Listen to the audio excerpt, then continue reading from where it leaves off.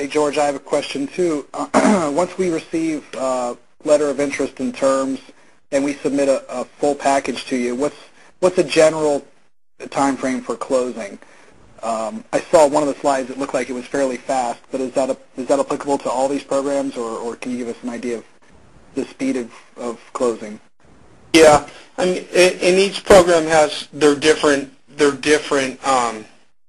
areas of needs, like a practice acquisition, the documentation to close that loan out.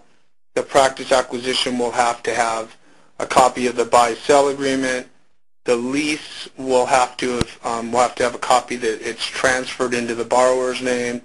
You know, if there's any sort of corporation set up, we have to have a copy of the corporate document. So each one has a different set of closing checklists, just like a consolidation, where a consolidation has, as part of the closing checklist would be getting copies of all the payoffs. So those kind of little things can obviously hold up a deal. Just so we don't have any mistake about it, insurance will not hold up a deal because we're pretty quick to be able to get those insurances. In the past, we have not always been able to, or we didn't. This aspect to our company was formed about a year ago, and we've gotten pretty fast at getting the insurance together. In reference to getting a full approval, if someone gets us a package, within 2 to 3 days, I'll be able to say, this deal is going to get approved, or here's what we need to do to get it approved. Probably get a little checklist and maybe even a letter of intent.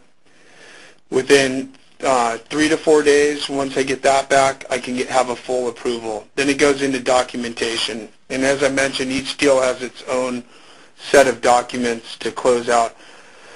I would like to say that it's just like the easy old days where I've actually closed a loan from getting the package in that morning to wiring the doctor his money on a practice acquisition within 4 business days. You'd like to say that, but you can't.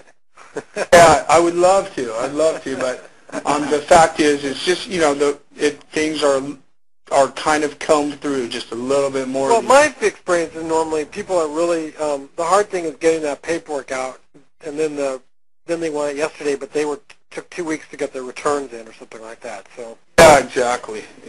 So that's kind of where things are. I would say a normal deal takes about 3 weeks. Maybe a startup that's not quite as complicated, I can have that approved within a week's time, and the doctor can start to be getting ready to fund out within that following week. So every deal is obviously different. I've got some really sometimes, you know, on the case by case, I can really put the appropriate things in place and really push a deal through. So otherwise, you're probably best just kind of with the general ballpark idea that things will take about 3 weeks. Okay. All right. So let's see now. All specialties vary, and so the valuations will vary. That makes sense. Nationally, on average, of medical practice value, that's somewhere 60 to 80% of gross revenues. That makes sense too. And in the dental world, they call it gross production. I don't know why, but yeah, right. You're absolutely right. So when I ask a dentist, I'll say, like, what is your annual production? And that would be like asking someone, what's your annual sales? When a practice is sold at 70% of gross revenues, we could find it said even do as much as 90% loan to gross. So that's cool. That is really something. This should not be confused with CLTVs. So tell me about that. I'm confused. Well, I think that my point is that oftentimes people tend to get caught up within the well, I thought you said 100% financing. Right. And so people seem to think that 100% financing equates to 1 times gross collections.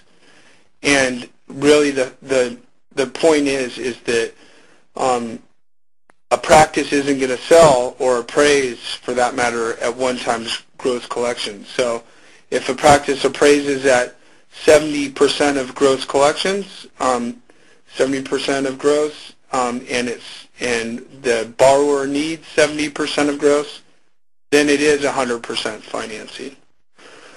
So the appraisal, 100% financing is not necessarily relative to 1 times gross collections, or the confusion really becomes when people say, okay, well, the asset or the commercial property is at X dollar amount and we want 90% of that, 90% LTV. Well, my benchmark or my marker is, anywhere from 60 to 80% of gross collections is the value of that specific practice. I think that sounded a little more confusing, and I apologize, but I seem to get kind of a question or some sort of confusion here and there about that, so I simply thought I would bring it up. George, so you're saying, too, that typically a buyer would not pay the amount of the gross revenue for a practice. He wouldn't pay one times what that gross revenue is.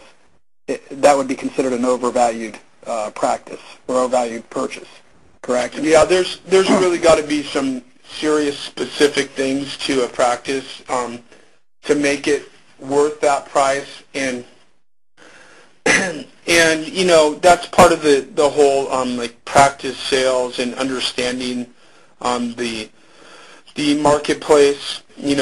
Demographics has a little bit to do with it, and the type of specialty, the type of products that are offered within the practices. So typically 1 times gross collections is not the sales price. And in the dental marketplace, a few years back there were practices selling for as much as 125% of gross collections, but I think it's like California has gone from as much as 125% to right around 85% now. Well, there are these public companies, a few public companies that were snapping up practices and with cheap money, and that's probably what the reason was for the uptick right there. Yeah, and that's a good point. It was all about the free flow of money within the marketplace. Let's see what else here. Cash flow requirements need to be at 1.25. Can you please explain?